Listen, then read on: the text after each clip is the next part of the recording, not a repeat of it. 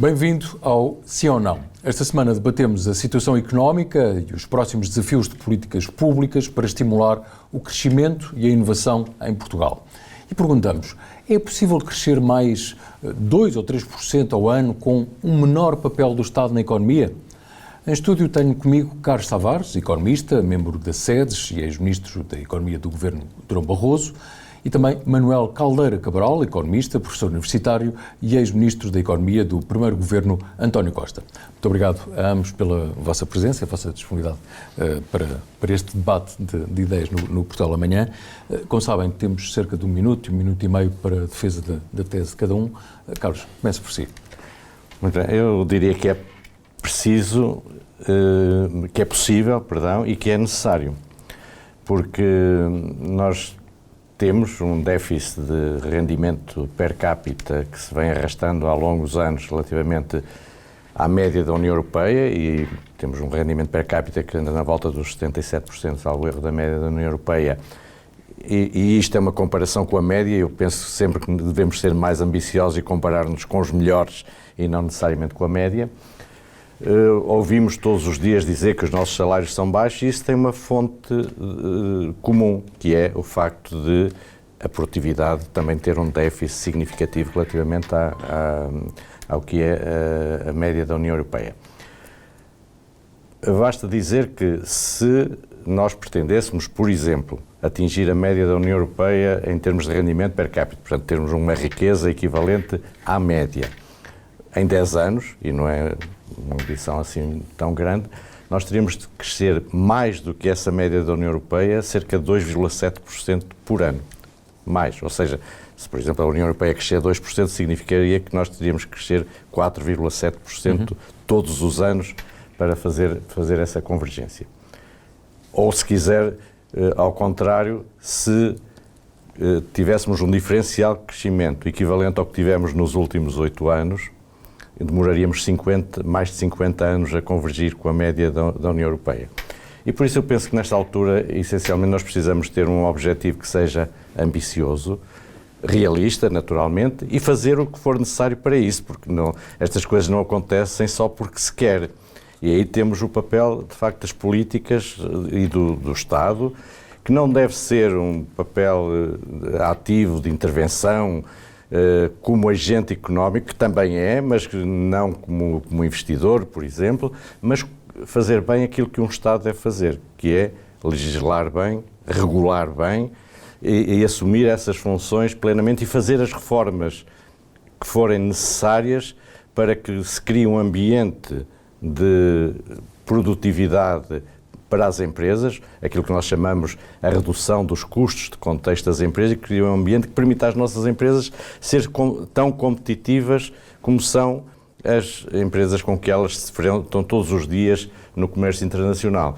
E isso é que é o essencial, para que depois nós também possamos pedir, digamos, que as empresas façam o seu papel, porque são elas que, ao fim e ao cabo, têm de garantir esse crescimento, mas não podemos simultaneamente pedir às empresas que criem riqueza, que invistam, que corram riscos e simultaneamente não lhes dar as condições ou ao mesmo tempo criar uma série de barreiras ao desenvolvimento da produtividade que não lhes permitem desempenhar efetivamente esse papel e com condições que de facto estão na origem deste déficit de produtividade que se arrasta longamente e não tem tido o progresso que é desejável. E vamos já falar mais em detalhe destas questões. Manuel Caldeira Cabral, qual é a posição de fundo relativamente a esta pergunta? A pergunta, obviamente, é o início de um debate. É possível a economia portuguesa crescer mais.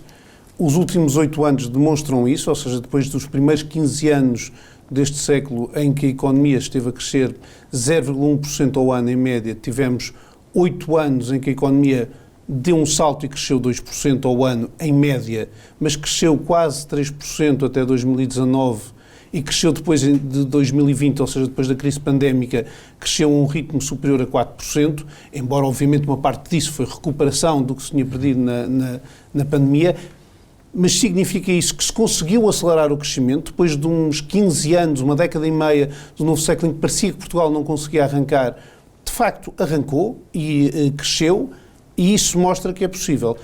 Mas eu penso que é preciso ter noção do lugar em que Portugal está hoje em dia.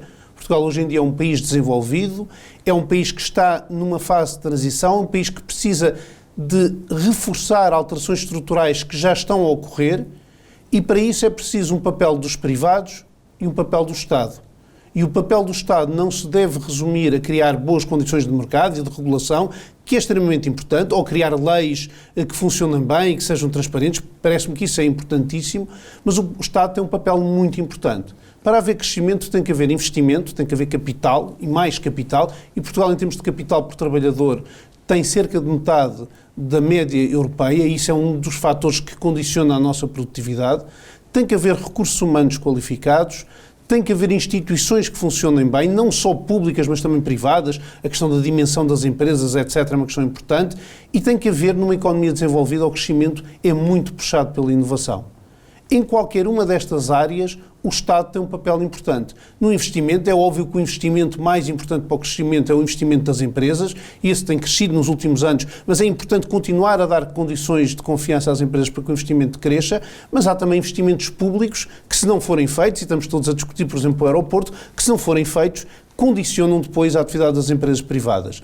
Mas noutras áreas, como por exemplo a inovação, o papel central da inovação é feito pelas empresas privadas, mas estas empresas, a inovação só floresce quando há ciência financiada pelo Estado e quando há o Estado a ter um papel ativo na mobilização de recursos para a inovação. Quer a nível macro, é preciso ter uma política de recursos humanos que crie recursos humanos mais qualificados, e em grande medida já fizemos isso. É preciso uma política de apoio à inovação consistente, mas depois é preciso também, em alguns casos, principalmente em casos que trazem alterações estruturais, haver uma intervenção que mobilize, não é obrigatoriamente o Governo, mas muitas vezes também é o Governo, mas que mobilize as instituições públicas para que elas, coordenando-se entre si e com as privadas, façam acontecer esses projetos. Mas o papel do Estado poderá ser tentar eliminar ou reduzir ao máximo os custos de contexto.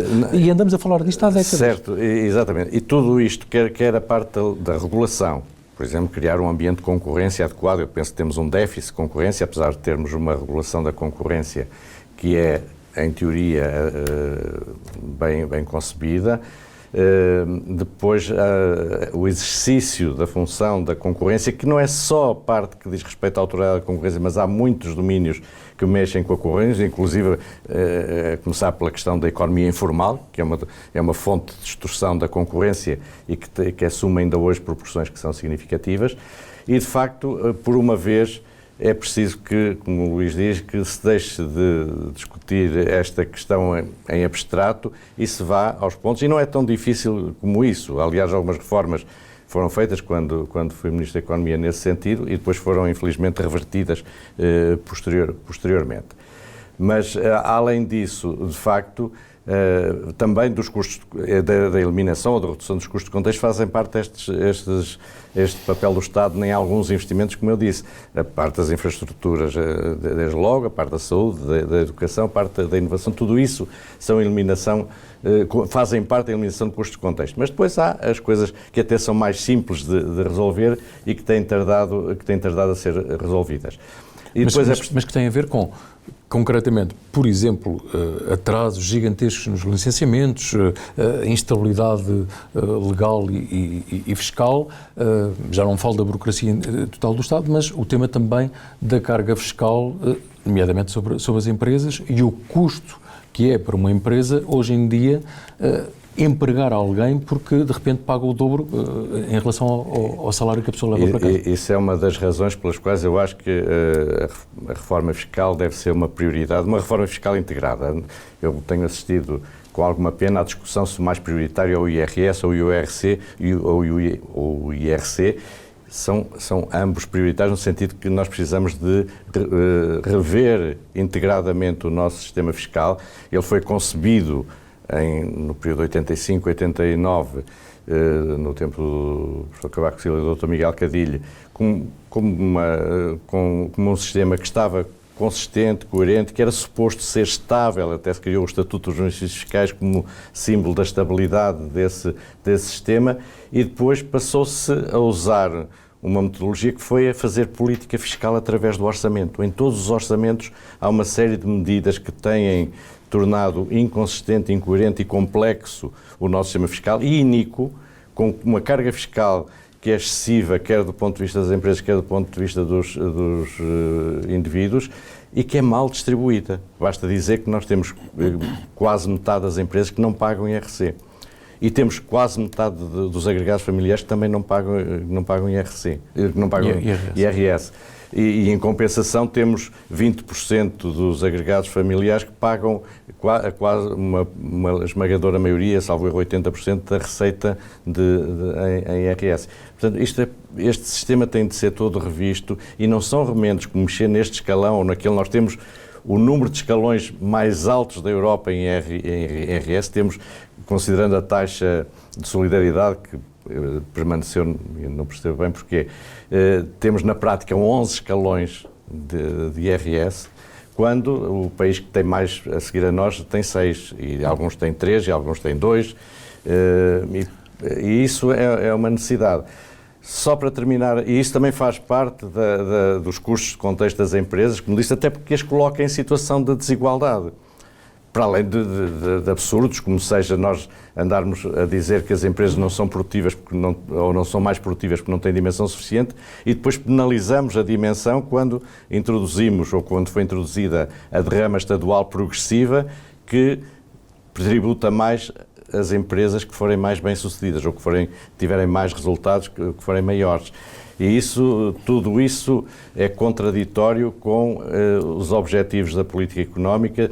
Tudo isso deve ser visto nesse contexto de redução dos custos de contexto das empresas. Inclusivamente hoje, cumprir bem o IRC, por exemplo, é um custo para as empresas.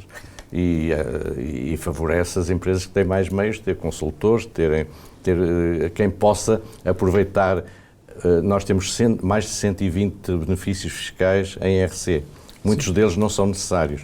Eu fiz uma conta breve e naturalmente aproximativa, que mostra que se nós eliminássemos todos os benefícios fiscais em IRC, podem não ser todos, os da inovação, por exemplo, eu penso que devem subsistir, mas se eliminássemos todos, nós podíamos ter uma taxa única de IRC de 17% sem perda de receita. Isto é o que acontece noutros países, como aqui na vizinha Espanha ou na Irlanda, em que praticamente não há benefícios fiscais em IRC e a taxa nominal de IRC corresponde à taxa efetiva. No nosso caso, não. Nós temos uma taxa que nominalmente pode ir aos 31,5%, temos uma taxa efetiva de cerca de 25%, segundo os cálculos da OCDE, que é das mais elevadas da Europa, mas temos algumas empresas que nem 20% provavelmente pagam. No caso dos custos de contexto, o Estado pode e deve fazer mais? O Estado pode e deve fazer mais. Eu penso que, por exemplo, na questão administrativa, a questão do Simplex foi exatamente nesse sentido. Não só para as empresas, mas para os próprios cidadãos, o simplificar e reduzir custos do dia-a-dia das empresas e dos cidadãos na relação com o Estado. Mas, por exemplo, na energia, o trabalho que eu fiz enquanto estive no Ministério foi muito no sentido de reduzir custos de contexto. Quando entrei, estava previsto nos 4 anos seguintes o preço da eletricidade aumentasse 3,5% e nós conseguimos que o preço da eletricidade baixasse todos os anos, ou seja, o acumulado dava um aumento de quase 15% naqueles 4 anos, nós conseguimos uma baixa de 12%, sem haver reduções do preço do petróleo nessa altura, nem coisa nenhuma. O que é que tirámos? Alguns custos que havia, por exemplo, as garantias de potência, pagava-se benefícios enormes que, quando pusemos por leilão, reduziu-se para 1/4. O custo da energia é um dos custos que, de facto, hoje em dia em Portugal começa a ser uma vantagem, mas que há uns anos atrás era uma enorme desvantagem que as empresas tinham face às suas concorrentes noutros países europeus. Mas relativamente ao IRC e à taxa atual de IRC, os governos socialistas geralmente têm desvalorizado a importância de reduzir o IRC. Mas podemos falar de outros custos de contexto. Eu não punha o IRC como um custo de contexto nesse sentido. Eu acho que o IRC é uma questão. Eu, sinceramente, sou muito mais favorável a que se baixem impostos sobre os fatores E acho que na revisão fiscal, e foi um pouco o que se fez nos últimos anos de forma muito moderada, porque também ainda havia um déficit para corrigir, penso que agora, tendo o déficit corrigido, se pode avançar mais nessa área.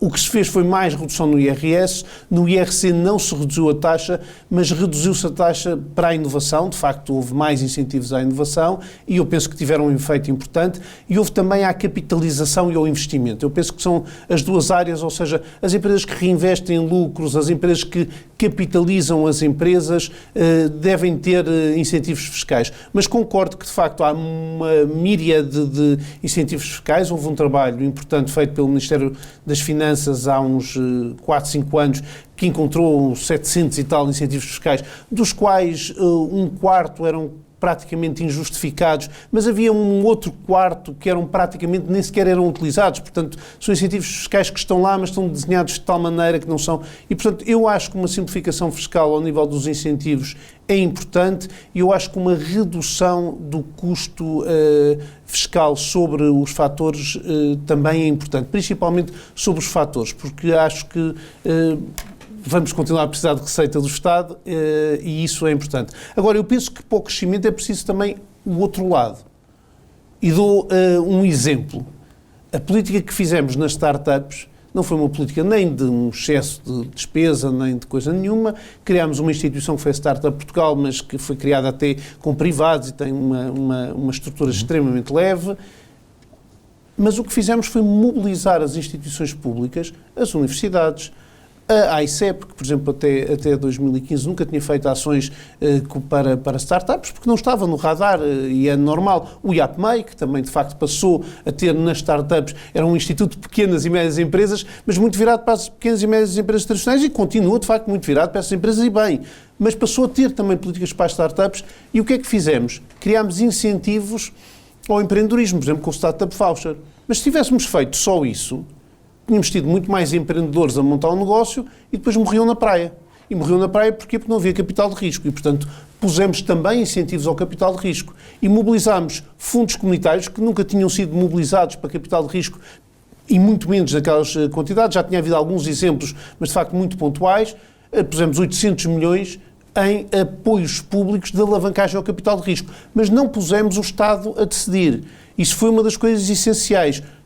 Estudávamos a idoneidade dos investidores e os investidores tinham que entrar com uma parte do dinheiro, tinham que pôr dinheiro deles, mas o Estado entrava com o dinheiro, tinha um projeto de retorno, mas quem decidia os investimentos a fazer eram os privados, eram os investidores privados, e quem decidia o que fazia nas startups eram os CEOs das startups, os líderes das startups. E isso deve continuar. Portanto, isso deve continuar, mas eu acho que isto mostra a ideia de que quando se faz uma política integrada para uma determinada área, o que nós tínhamos era o investimento em capital de risco em Portugal anterior a 2015 era 30 milhões por ano, saltou para 500 milhões em 2018 e para 1.500 milhões em 2021.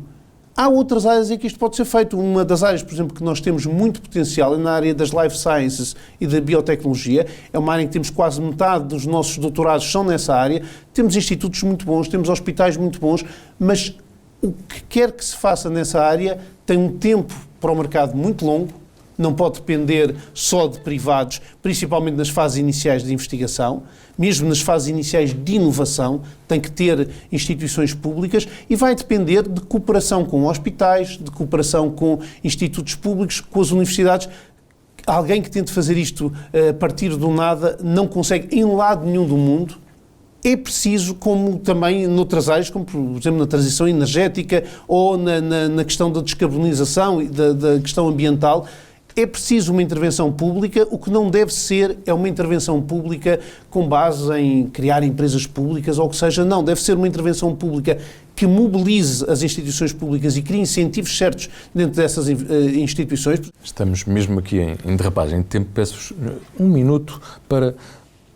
nesta atual conjuntura, enfim, que não é uma conjuntura simpática, quer para a economia portuguesa, quer europeia, mundial, o que é que deveria, no imediato, ser feito para estimular o crescimento?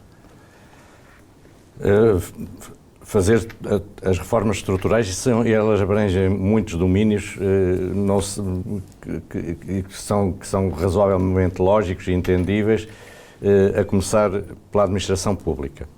Nós temos um problema de uma administração pública que carece de melhorar altamente os seus índices de eficiência e de capacidade de realização. Muitas vezes os governos fazem uma lei pensando que fizeram uma reforma.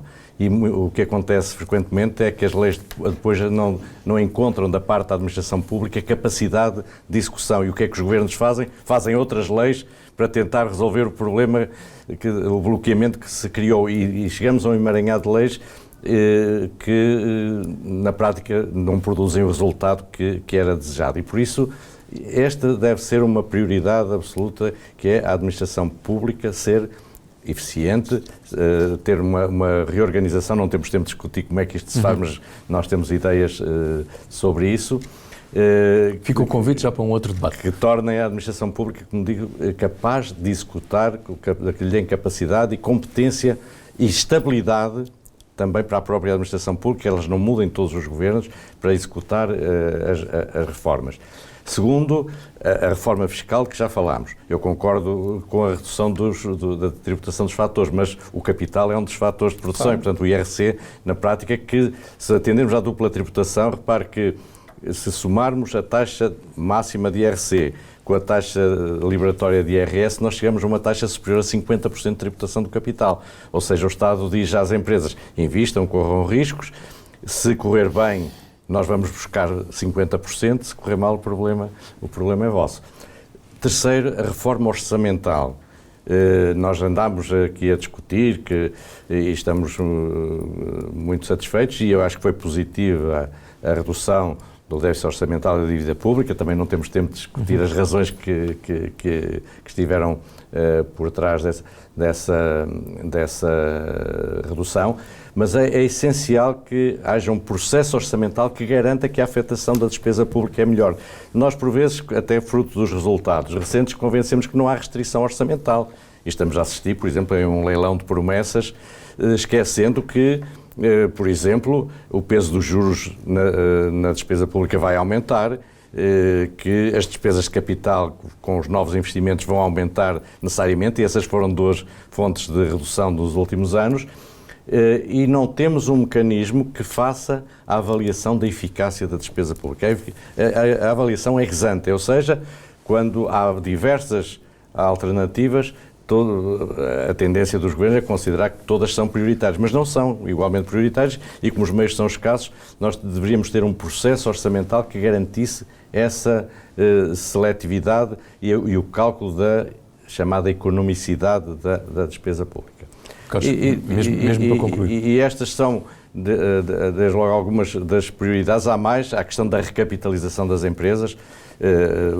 Mais uma vez, os incentivos que há à recapitalização das empresas e ao não endividamento não estão conseguidos, ou seja, o IRC continua a incentivar que as empresas se endividem em vez de se capitalizarem, porque os incentivos à capitalização são muito limitados e só beneficiam na prática pequenas empresas, não é?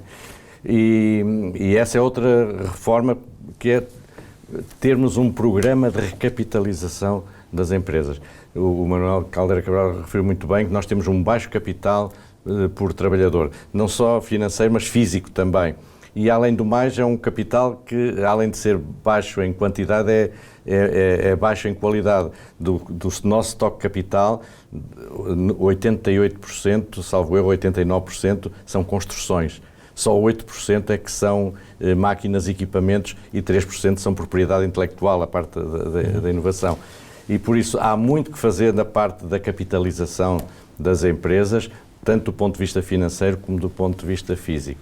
E isto é preciso olhar isto tudo de forma integrada. Se nós continuarmos a discutir, em vez de políticas, medidas avulso que possam favorecer os resultados eleitorais, e os partidos, designadamente os concorrentes, não tiverem capacidade de mostrar que é preciso, mais do que uma medida aqui, uma medida ali, um conjunto de políticas que favoreçam a produtividade e o crescimento, eu penso que nós vamos continuar esta discussão por mais anos sem grandes resultados. Muito bem, muito obrigado. Muito rápido. Uma medida de forma transversal, de forma quase telegráfica. Eu penso que é muito importante continuar a reforma do Estado, não só continuar com o Simplex, mas ir até mais longe. E acho que há uma oportunidade muito grande na reforma do Estado, que é a digitalização. A digitalização não deve ser usada para fazer mais do mesmo um bocadinho melhor ou um bocadinho mais depressa. Em algumas áreas há uma segunda entrada da digitalização que permite alterar completamente os processos com, de facto, mais eficiência, mais transparência, registro e também muito maior facilidade para os cidadãos. Eu penso que essa é uma reforma que depois traz muitas outras, na saúde, na administração pública, no licenciamento, etc. A digitalização é também uma área muito importante para as empresas e que as empresas estão a adotar. Mas, por exemplo, o programa que fizemos do Indústria 4.0 tinha a ver com isso, mobilizar as empresas para a adoção do digital, para programas digitais com incentivos ao investimento associados, mas também com uma mobilização de troca de experiências, de conhecimento, etc. E eu penso que isto é uma questão muito importante. Para além destas reformas estruturais no Estado, é preciso fazer alterações estruturais na economia e é preciso o Estado ter um papel ativo a promover essas alterações estruturais. Quais são elas? A digitalização, que estava a referir a uma delas, sem dúvida. A questão da energia e da transição energética é outra, em que é muito importante ter projetos que façam avançar outros. E a parte toda, obviamente, da biotecnologia, do ambiente, da revolução que está a haver a este nível, em que vai requerer muita inovação e na altura e no grau de desenvolvimento em que nós estamos, o crescimento vai ter que ser feito muito pela inovação. O que queremos em Portugal é que Portugal cresça valorizando mais aquilo que faz e não apenas produzindo mais.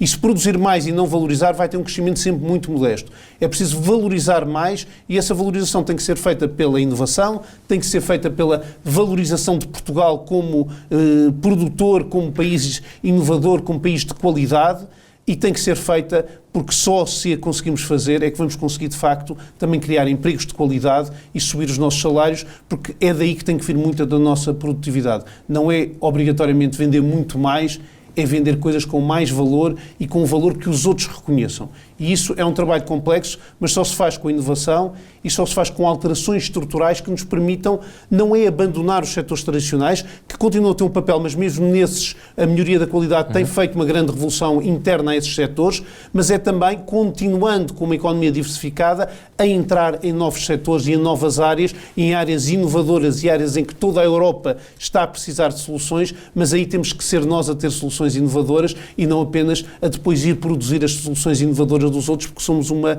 zona de produção com menores custos. Penso que é essa a questão, mas para isso temos que ter também programas mobilizadores liderados pelas empresas privadas, mas com um papel importante das instituições públicas e do próprio Governo. Não, muito obrigado. Nós, Carlos, agradeço imenso. Claro que ficaríamos aqui imenso tempo e estão convidados, obviamente, para próximos debates sobre estas questões que são importantíssimas. É tudo. Já sabe que pode ver o debate sim ou não no site amanhã.pt, também na Euronews, que fica, aliás, disponível no canal YouTube em português da Euronews, ouvir o podcast sim ou não e, claro, ler no jornal Portugal Amanhã, que sai à sexta-feira com o Sol. Conto consigo na próxima semana.